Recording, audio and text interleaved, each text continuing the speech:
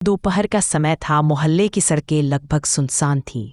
चिड़ियों की आवाज़ें और दूर कहीं से बच्चों के खेलने की हल्की हंसी की गूंज सुनाई दे रही थी। रीमा अपने छोटे से घर के लिविंग रूम में बैठी कपड़े फोल्ड कर रही थी। उसके पति अमित ऑफिस गए हुए थे और बच्चा स्कूल में था। घर में बस वही अकेली थी। बाहर बरामदे में गमले रखे थे जिन पर बारिश की बूंदें मोतियों की तरह चमक रही थी। तभी दरवाजे की घंटी बजी। पिंग टांग। रीमा ने चौंक कर सिर उठाया। इस वक्त कौन होगा? वह धीरे धीरे दरवाजे की ओर बढ़ी और झिट्टी से बाहर झांका। बाहर खड़ा एक युवक हल्की मुस्कान लिए खड़ा था। उसके हाथ में एक बैग और कंधे पर लैपटॉप बैंड लटका हुआ था। उसने सलीके से कपड़े पहन रखे थे जैसे कोई सेल्समैन हो। मैडम नमस्ते, उसने विनम्रता से कहा। मैं एक कंपनी से आया हूँ। हम घर बैठे आपको ज़रूरी सामान बहुत सस्ते दामों पर उपलब्ध कराते हैं। बस 5 मिनट का समय दीजिए, मैं आपको हमारे प्रोडक्ट्स दिखा दूंगा। रीमा ने झिझकते हुए दरवाज़ा खोला। अभी तो मैं कुछ लेने के मूड में नहीं हूँ, बस देख लीजिए मैम, वह आग्रह करने लगा। खरीदना ना भी चाहे तो कोई बात नहीं, लेकिन आपको ऑफर पसंद आ सकता है। रीमा ने सोचा, अच्छा देख तो लूं, फिर मना कर दूंगी। और उसने आधा दरवाज़ा खुला छोड़कर उसे अंदर बुला लिया। धीरे धीरे बदलता माहौल। वह युवक जिसका नाम उसने बताया राहुल, लिविंग रूम में आकर सोफे पर बैठ गया।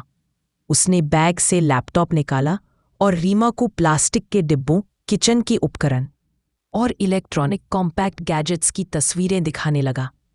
बातचीत के दौरान उसका लहजा शुरू में बिल्कुल प्रोफेशनल था, लेकिन धीरे धीरे उसने निजी सवाल पूछने शुरू कर दिए। आपके घर में कितने लोग रहते हैं? पति किस फील्ड में काम करते हैं? कितने बजे तक आते हैं? रीमा थोड़ी असहज हुई।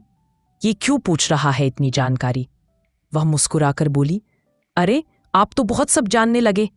राहुल ने हंसते हुए कहा, अरे मैडम, हम तो बस बातों बातों में जान लेते हैं ताकि आपकी ज़रूरत के मुताबिक सामान दिखा सकें। लेकिन रीमा को महसूस हुआ कि उसकी नज़रें अब सामान से ज़्यादा उस पर टिकी हुई हैं। छुपे इरादे। कुछ देर बाद राहुल ने पानी मांगा। रीमा रसोई में पानी लेने गई। तभी उसने महसूस किया कि राहुल भी बहाने से उठकर कमरे में इधर उधर देखने लगा है। वह घर का माहौल समझने और यह अंदाज़ा लगाने में लगा था कि रीमा सचमुच अकेली है। पानी देने के लिए जब वह लौटी तो राहुल ने हंसकर कहा, वैसे मैडम, इतनी सुंदर और अकेली महिला को यूं घर संभालते देख लगता है आप बहुत समझदार हैं। रीमा चौंकी। यह टिप्पणी सीधी नहीं थी, लेकिन इरादे साफ झलक रहे थे। उसने तुरंत पानी थमाया और कहा, अभी मेरे पति आने वाले हैं, आप जल्दी अपनी लिस्ट दिखाकर निकल जाइए। लेकिन राहुल अब खुले तौर पर धीमे स्वर में अशोभनीय बातें कहने लगा। देखिए, हमें थोड़ी देर बात करने दीजिए, अच्छा लगेगा। वैसे भी इतनी अच्छी कंपनी मुझे रोज कहाँ मिलती है। रीमा अब डर गई। उसका दिल जोर जोर से धड़कने लगा। उसने कठोर स्वर में कहा, मैंने कहा ना, बाहर जाइए। खतरनाक मोड़। राहुल अब खतरनाक ढंग से मुस्कुराने लगा। अरे मैडम, डरिए मत, मैं आपको कोई नुकसान नहीं पहुंचाऊंगा, बस आपका साथ अच्छा लग रहा है। वो आगे खिसक कर सोफे से उठने लगा जैसे पास आना चाहता हो। रीमा ने तुरंत पास पड़ी झाड़ू उठा ली और सख्त आवाज में कहा, बस एक कदम और बढ़ाया तो पुलिस बुला लूंगी। राहुल एक पल के लिए रुक गया, लेकिन उसकी नजर में कोई पछतावा नहीं था, बल्कि उसके चेहरे पर एक शातिर हंसी थी। इसी बीच बाहर से गेट खुलने की आवाज आई। अमित, उसका पति, ऑफिस से जल्दी लौट आया था। राहुल ने अचानक डर कर अपना लैपटॉप समेटा और बिना कुछ कहे भाग खड़ा हुआ। सच सामने आया। अमित अंदर आया तो देखा कि रीमा का चेहरा पीला पड़ गया है और आंखों में आंसू है। क्या हुआ रीमा? उसने चिंतित होकर पूछा। रीमा सब संभालते संभालते फूट पड़ी। अमित, वो एक आदमी आया था सामान बेचने के बहाने, लेकिन उसने गलत नियत से मुझसे ऐसे सवाल पूछे और उसकी आवाज़ भर्रा गई। अमित ने सख्ती और गुस्से में कहा, मैंने कितनी बार कहा है कि किसी भी अजनबी को घर में मत आने देना, चाहे वो कितना भी सभ्य लगे। देखो, अगर मैं समय पर ना आता तो। रीमा रोते हुए बोली, मुझे लगा बस सामान दिखाएगा, मैंने सोचा गलत नहीं होगा। अमित का चेहरा कठोर हो गया। दुनिया में भरोसा करने लायक लोग बहुत कम हैं। आज अगर तुमने हिम्मत ना दिखाई होती, पता नहीं क्या हो जाता।